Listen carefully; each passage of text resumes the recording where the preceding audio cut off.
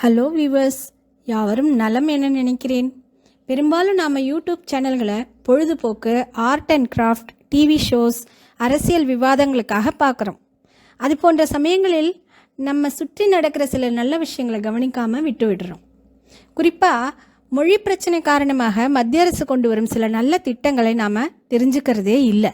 இருங்க, இது இன்னொரு அரசியல் பதிவு இல்லை.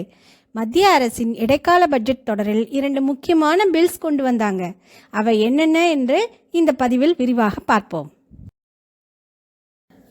பட்ஜெட் தொடரில் புதிய சட்டங்கள் 2 வந்திருக்கு. முதலாவதாக நாம் பார்க்க போகிறது public examination prevention of corruption bill 2024. அரசு நடத்தும் பொது தேர்வுகளில் முறைகேடுகளை தடுக்கும் சட்டம் 2024.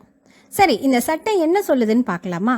அரசு நடத்தும் வேலைவாய்ப்பிற்கான பொது நுழைவுத் தேர்வுகள், பள்ளி கல்லூரிகளுக்கான நுழைவுத் தேர்வுகள் மற்றும் போர்டு எக்ஸாம்ஸ் போன்றவற்றில் வினாத்தாள் பெரும்பாலும் முன்கூட்டியே லீக் ஆகிற விஷயம் நடக்கிறது. இதனால் உண்மையாக உழைத்து படிக்கும் மாணவர்கள் அல்லது தேர்வு எழுதுபவர்கள் பாதிக்கப்படுகிறாங்க. அதை தவிர மன உளைச்சலுக்கும் ஆளாகிறாங்க. இல்லைன்னா தேர்வுகள் தள்ளி போகிறது.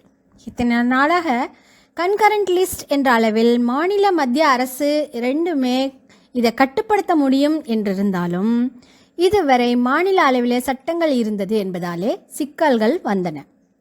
இப்போ மத்திய அரசு இதை நேரடி கண்காணிப்பில் எடுத்துட்டதுனால மாநில அரசுகள் இதை கண்டிப்பாக பின்பற்றியே ஆகணும். அதாவது இந்த சட்டத்தை மத்திய அரசின் அமைச்சகம் department of personnel and training ministry இதை செயல்படுத்துறது. இதில் கவர் ஆகிற எக்ஸாம்ஸ் என்னென்னாக்க யூபிஎஸ்சி, எஸ்எஸ்சி, ஜேடபிள்இ, சியூஇடி, ரயில்வே மற்றும் மத்திய மாநில அரசுகள் நடத்தும் அனைத்து நுழைவுத் தேர்வுகள். சரி, இந்த புதிய சட்டத்தின்படி என்னென்ன மாதிரியான தண்டனைகள் கிடைக்கும் பார்க்கலாமா? இந்த லீக் விஷயம் அரசு அதிகாரிகள் மூலமாகவோ அல்லது தனிப்பட்ட மனிதர்கள் மூலமாகவோ நடைபெற்றிருந்தால் அவங்களுக்கு 3லேருந்து 5 வருடங்கள் சிறை தண்டனையும் 5 லட்சம் முதல் 1 கோடி வரை அபராதமும் கிடைக்கும். அரசு அலுவலர் தான் என்றால் சஸ்பென்ஷனும் சேர்ந்து கிடைக்கும்.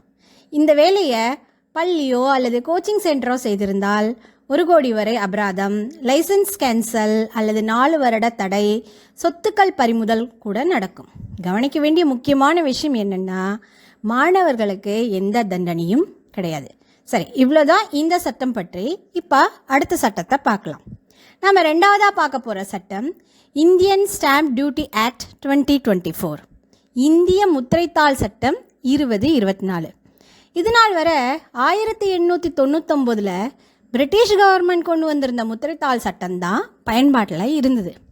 எந்த விதமான ரெஜிஸ்ட்ரேஷன்னாலும் நிலம், வாடகை ஒப்பந்தம், ப்ராமிசரி நோட்டு, பங்கு பரிவர்த்தனை இது எல்லாத்துலேயும் மாநில அரசுகள் வரி வசூல் செய்துன்றது. இது மாநிலத்துக்கு மாநிலம் வித்தியாசமாக ஒரே மாதிரி இருப்பதில்லை. சில மாநிலங்களில் வரியே கிடையாது. இதனால் இன்வெஸ்டர்ஸ்க்கு, அதாவது உள்நாடு வெளிநாடு எங்கே இருந்தாலும் பல பிரச்சனைகள் தொடர்ந்து வந்துட்டு இருந்தது. இந்த முறைகேடுகளை தவிர்க்க மத்திய அரசு இந்த புதிய முத்திரைத்தாள் சட்டத்தை கொண்டு வருகிறது.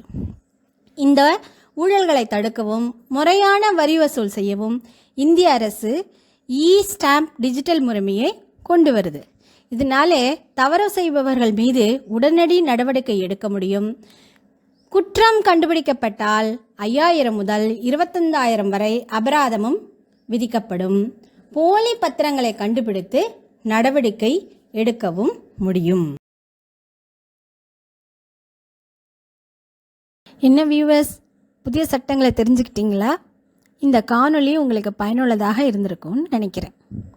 மற்றும் ஒரு புதிய காணொளியுடன் புதிய செய்திகளுடன் மீண்டும் சந்திக்கிறேன். வணக்கம்.